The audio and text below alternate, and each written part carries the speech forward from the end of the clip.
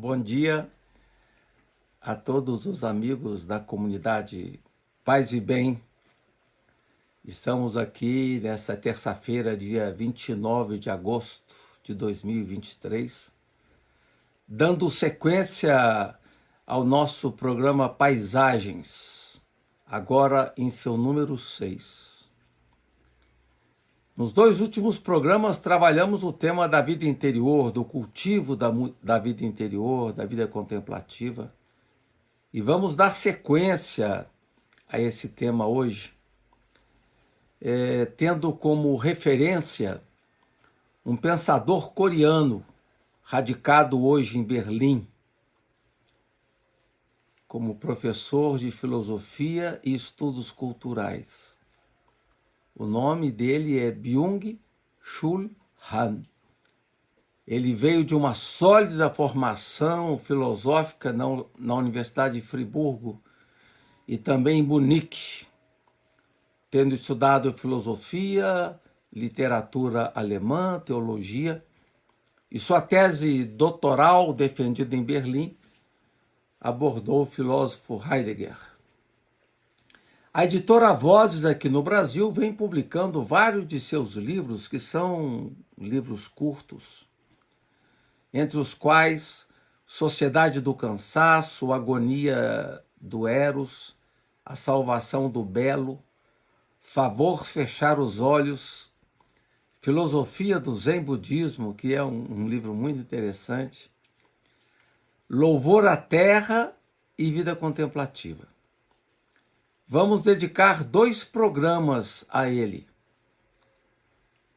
O de hoje, que a gente vai concentrar uma série de livros, e o da semana próxima, que vamos dedicar ao seu livro Louvor à Terra, onde ele trabalha o tema do jardim de forma extremamente interessante. O tema de hoje eu dividi em vários pontos e vamos estar profundamente vinculados ao texto de Byung-Chul Han. E começamos falando da primeira questão, do primeiro tema que ele aborda em alguns de seus livros, mais um em particular, que é a questão do que significa viver numa sociedade do desempenho e numa sociedade paliativa. A sociedade paliativa, diz o autor, coincide com a sociedade do desempenho. Nós vivemos numa sociedade de desempenho, de ação, de eficácia, de busca de eficácia, onde a própria dor é vista como sinal de fraqueza. Então nós estamos hoje, em grande parte do mundo, vivendo entre sujeitos voltados para o desempenho e para a produção. O sujeito do desempenho é aquele sujeito que é incapaz de chegar a uma conclusão. Ele se despedaça, se esforça, né, sob a coação de sempre ter que produzir e sempre ter que desenvolver um desempenho mais avançado.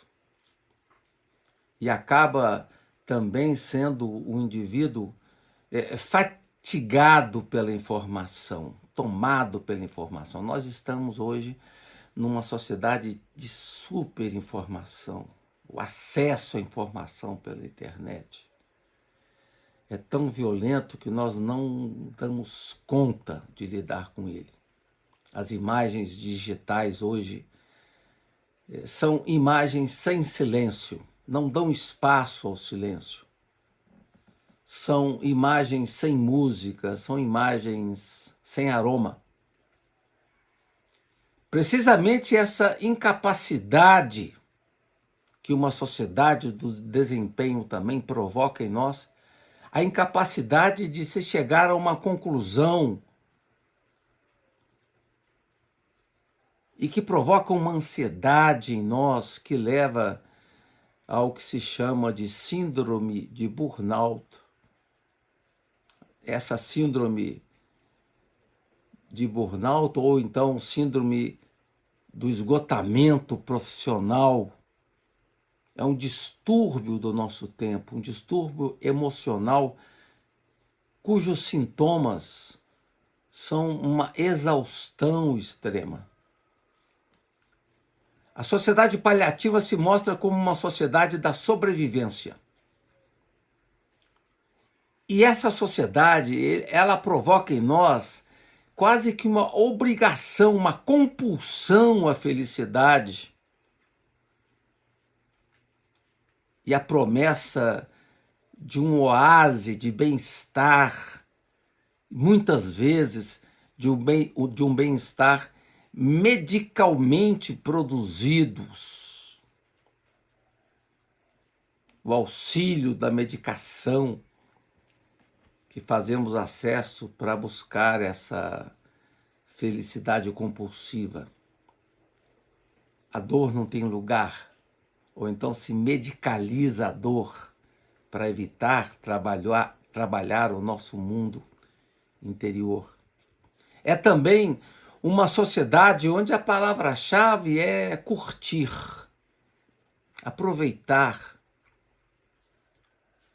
uma mania de curtição. Tudo é analisado, tudo é gestido para poder provocar o bem-estar. E muitas vezes artificialmente. Quanto mais o viver é um sobreviver, curiosamente, diz Byung-Chul Han, mais se tem medo da morte, se evita a morte. A morte não se encaixa muito bem numa sociedade da produtividade. Então a arte de sofrer a dor, de lidar com a dor, de trabalhar a dor, perdeu-se inteiramente para nós. E isso também numa sociedade onde a depressão ganha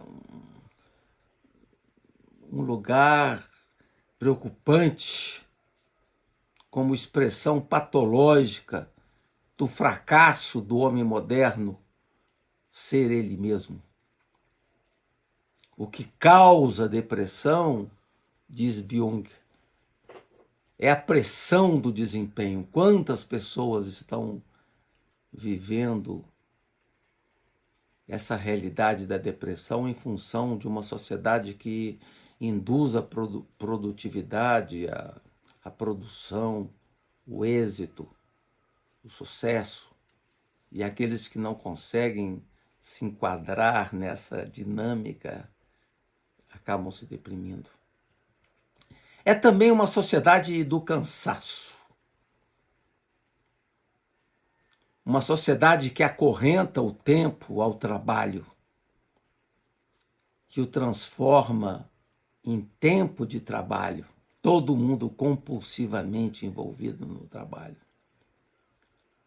As imagens inquietas não falam ou contam, mas fazem barulho. Nós vivemos na sociedade do barulho.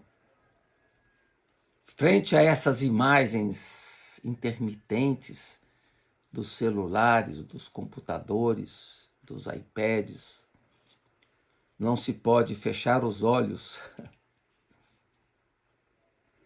A rápida alternância de imagens, a movimentação, torna impossível a nós fechar os olhos.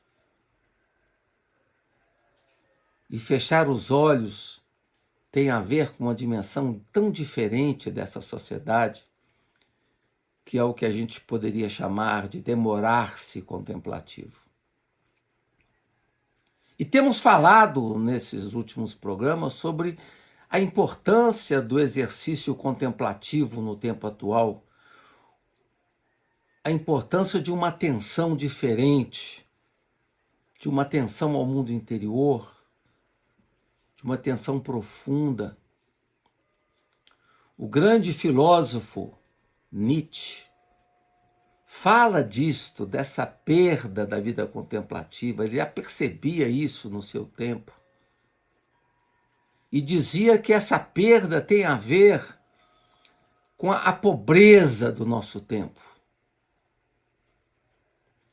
Por falta de repouso, diz Nietzsche, nossa civilização caminha para uma nova barbárie. Falávamos no programa passado da importância do Gelassenheit, que é do deixar-se, largar-se, da busca de uma serenidade, da busca de uma não ação, num tempo onde a ação é dominante. A contemplação está no oposto da produção. O que nos domina hoje é um outro pathos. É o pathos da ação, que foi trabalhada de forma bem interessante num artigo recente do meu amigo Luiz Felipe Pondé, que escreve semanalmente na Folha de São Paulo, e ele escreveu um artigo no dia 13 de agosto de 2023, cujo título é Quem pode sonhar com uma vida que não seja escrava da ação? E ele justamente fazia propaganda do livro recente do Byung-Chul Han, onde ele trabalhou o tema da vida contemplativa, um livro recentemente publicado pela editora Vozes e que foi objeto da reflexão do Pondé. Esse pathos da ação é um conceito cunhado por esse filósofo radicado em Berlim, né? Essa obsessão apaixonada pela ação que tomou conta de alguns filósofos contemporâneos, como Hannah Arendt, no seu livro Vida Ativa, que procura reabilitar a vida ativa contra o primado da vida contemplativa. E essa reflexão de Hannah Arendt teve consequências, bem como também Martin Heidegger, também ofuscado por esse pathos da ação, e depois foi uma perspectiva contemporizada por uma visão mais bonita de Heidegger no final da sua vida. Mas mesmo Heidegger, esse pathos da ação estava presente. Para Heidegger, o estar lançado à existência vem ofuscado pela determinação para a ação. E com isso nós perdemos cada vez mais a capacidade contemplativa.